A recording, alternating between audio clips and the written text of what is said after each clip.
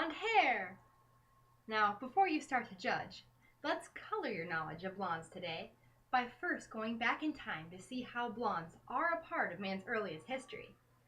Then we'll look at the golden age of blondes. And finally, some unique and interesting shades of blonde trivia. How do you get a one-armed blonde out of a tree? You wave at her.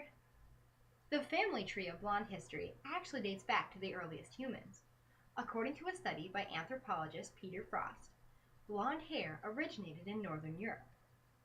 Because women with blonde hair and blue eyes stood out from their rivals during a time of competition for the lack of males, his research strongly indicated the cavemen preferred blondes, thus beginning the evolution of the blonde gene.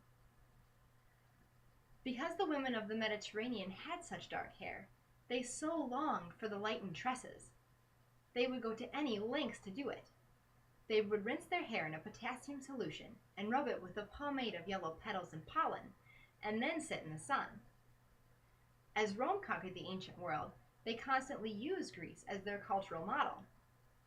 Thousands of blondes were brought back to Rome by the Roman legions, where they were especially admired and quickly shorn of their locks to make the first, blondus, the Latin word for yellow, wigs. Those who could not afford the expensive wigs were so jealous of the fair-haired Germans that they used substances such as quicklime and even pigeon dung to lighten their hair. Even though blondness was associated with the rich, Roman law also required prostitutes to wear blonde wigs to denote their trade. These conflicting views of good versus evil remained through the Middle Ages. The churches around Europe had logically concluded that Eve was the most to blame for the fall of mankind's grace from God, because she had succumbed to temptation. She also wore the sign of a seductress, blonde hair. Simultaneously, however, the Virgin Mary was also being portrayed as a blonde by Saint Mary, a 14th century Swedish holy woman, and presumably a blonde herself. This was the beginning of the blonde's ascending stature in Western culture. Do you know how to get a blonde's eyes to sparkle? Shine a flashlight in her ear. In the early 1900s, there were two contributing factors that helped the golden age of blondes to truly shine. The first was Hollywood's fascination with the platinum blonde and its icon, Jean Harlow. Harlow was a dazzling blonde who used peroxide, household bleach, soap flakes, and ammonia to achieve what Barnaby Conrad called in his book, The Blonde, From Harlow to Monroe, hair like a beacon.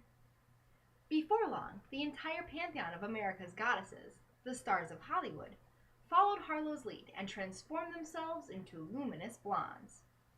The list included sultry Mae West, pinup Betty Grable, America's sweetheart Doris Day, and the ultimate bombshell, Marilyn Monroe. Marilyn was a natural brunette who first changed her hair color for a shampoo commercial, and history was made. The popularity of the Tinseltown blondes, especially Monroe, contributed to the second major player in the golden age of blondes. Until the 1950s, dyeing one's hair was an expensive several-step process. In fact, only 7 in 100 American women dyed their hair, until an American chemist, Lawrence Gell, developed an inexpensive one-step process called Miss Clairol. With a slogan like, "Is it true blondes have more fun?" their sales increased to over $90 million by 1953. Their advertising campaign transformed the whole psychology of coloring hair. What is a blonde doing when she presses her hands over her ears? Trying to hold on to a thought. Here are just a few more fun blonde facts to hold on to. Even though only 17 out of every 100 Americans are naturally blonde, according to Glamour magazine, more than 40% choose to be blonde. Sociologist Dr. Thomas Cash of Virginia's College says, women who convert to blonde do so in pursuit of youth. How ingrained is this concept? According to Dr. Joyce Brothers, we have been conditioned to consider blondes lovelier. Even in kindergarten, 8 out of 10 boys and girls will color the little girl's hair blonde. This helps explain the phenomenon of the world's most popular doll in history, Barbie. Created by Elliot and Ruth Handler in 1959, somewhere in the world a Barbie doll sells every 2 seconds. And although she comes in various hair colors, the iconic has always been blonde. Of course, beauty, and a good many of the traits and proclivities ascribed to blondes, originates in the eye of the beholder. But, as I have shown you today, blondes are fascinating characters in our history. However, you all probably have one question. Why would I include blonde jokes? Well, I have to have something brunettes and redheads can understand.